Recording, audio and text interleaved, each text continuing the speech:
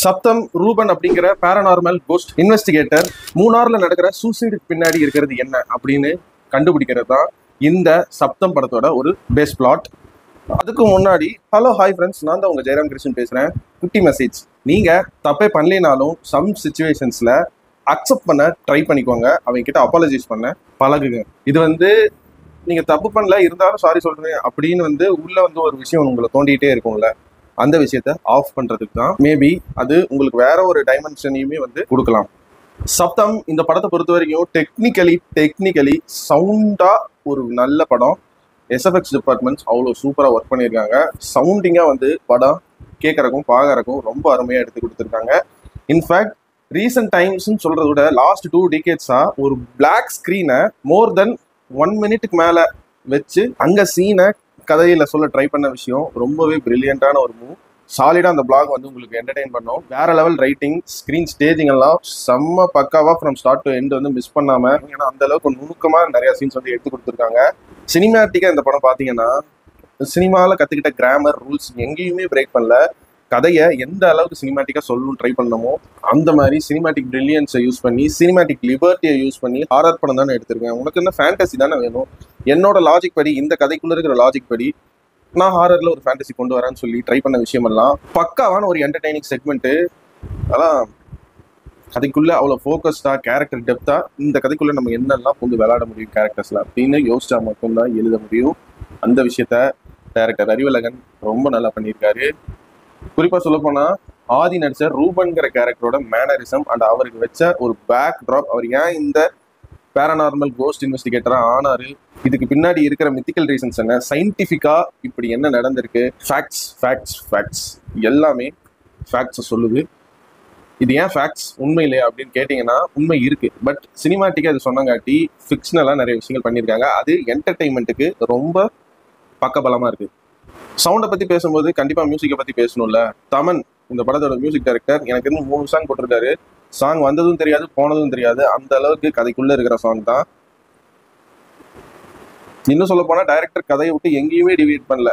இவருக்கு ஒரு back story இருக்கா, இவர் இங்கே வராரா, இவருக்கு என்ன பண்ண முடியும் இவரை வச்சு அப்படின்னு பல கொல நல்லா இல்லாமல் கதைக்குள்ள ஸ்ட்ரைட் இன்டு த ஸ்டோரியை நரேட் பண்ணி ரொம்ப அழகாக விஷுவல் பண்ணியும் காட்டியிருக்காரு. பேக்ரவுண்ட் ஸ்கோர் எல்லாம், அதாவது ஜம்ப்ஸ்கேர் சீன்ஸ் இந்த படத்துல பெருசா இல்லை. பட் ஆனால் பேக்ரவுண்ட் ஸ்கோர்ஸ் ஒரு விதமான ஒரு பயத்தை கிளப்பி விடும். அந்த அளவுக்கு ஒரு வேற லெவல் ஸ்டாண்டர்டை மெயின்டைன் பண்ணுது இந்த சப்தம் படத்தோட பேக்ரவுண்ட் ஸ்கோர். அந்த ஆக்டர்ஸோட பெர்ஃபார்மன்ஸ்: சிம்ரன், MS பாஸ்கர், ஆதி, ராஜீவ் மேனன், அப்புறம் சர்ப்ரைசிங்லி ஒரு கேரக்டராக வரும். அந்த கேரக்டரில் நடிச்சவங்களோட பெர்ஃபார்மன்ஸ் எல்லாருமே வேற மாதிரி பண்ணியிருக்காங்க. ரொம்ப சூப்பராக நடிச்சிருக்காங்க. ஏன்னா அவங்கள பற்றியெல்லாம் டீட்டெயில்டாக சொல்லணும்னா இதுலேயும் ஒரு மெடிக்கலாக ஒருத்தங்களை பற்றி பேசுவாங்க. அவங்கள பற்றியெல்லாம் சொன்னால் கொஞ்சம் ஸ்பாயில் பண்ணுற மாதிரி இருக்கும். ஸோ அதெல்லாம் பிளெயினாக வச்சுக்கிட்டு எதுவுமே தெரியாமல் இந்த சப்தம் படத்தை போய் தியேட்டரில் போய் பாருங்க. என்னடா இவ்வளோ பாசிட்டிவ்ஸ் இந்த படத்தை பற்றி சொல்கிறேன், நெகட்டிவ்ஸ் எதுவுமே இல்லையா அப்படின்னு கேட்டிங்கன்னா இருக்கு. என்னன்னு பார்த்தீங்கன்னா விஎஃப்எக்ஸ் தான். அந்த வவ்வால் விஎஃப்எக்ஸ் எல்லாம் இன்னுமே கொஞ்சம் ரியலிஸ்டிக்காக ஹேண்டில் பண்ணியிருக்கலாம். அண்ட் கதையுமே பார்த்தீங்கன்னா பொயட்டிக்காக சில விஷயங்கள்லாம் சொல்ல ட்ரை பண்ணியிருக்காரு. பட் அந்த விஷயம் ஒரு மாதிரி ஒரு சினிமேட்டிக் கூஸ் பம்ப்ஸ் படத்தில் தரல. லைக் எக்ஸாம்பிளுக்கு சொல்லணும்னா கர்ணன், மாமன்னன், பரியரும் பெருமாள் மாதிரி படங்கள் பொயட்டிக்காக மெட்டஃபரிக்கலாக நிறைய விஷயங்களை சொல்றதுக்கு ஃபோர் ஷேடோ பண்ணுவாங்க. இதுலேயும் அந்த ஃபோர் ஷேடோ இங்கே இருக்கு. பட் அந்த அளவுக்கு ரசிக்கும்படியா இல்லை.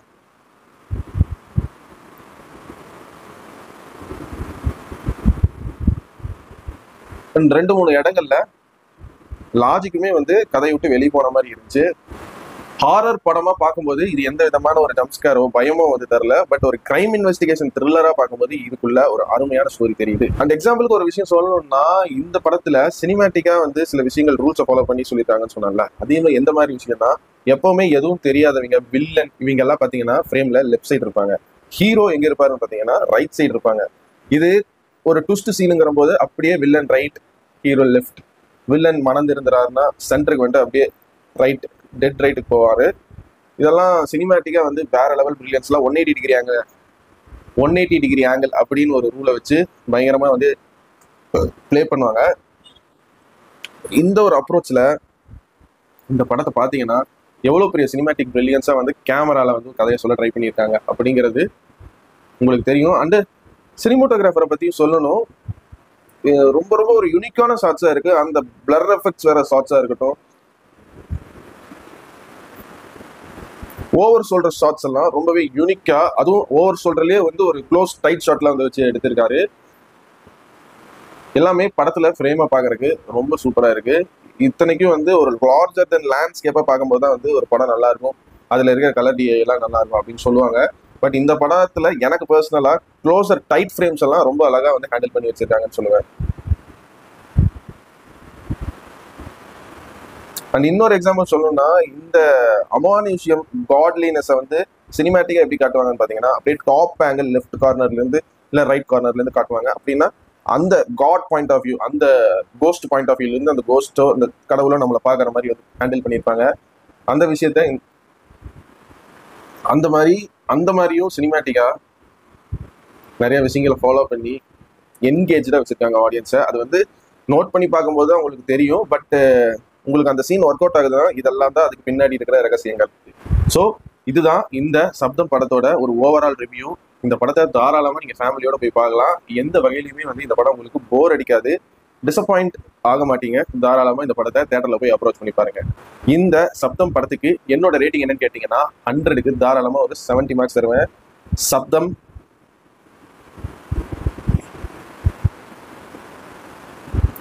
a well-handled crime investigation horror thriller movie in last decade of Indian cinema. நான் உங்களை இதே மாதிரி இன்னொரு சூப்பரான வீடியோல சந்திக்கிற வரைக்கும் நீங்களும் நல்லா இருங்க, எல்லாரையும் நல்லா வச்சிருங்க. அவ்வளவுதாங்க விஷயம். நன்றி, வணக்கம், பை பை. நான் வரேங்க.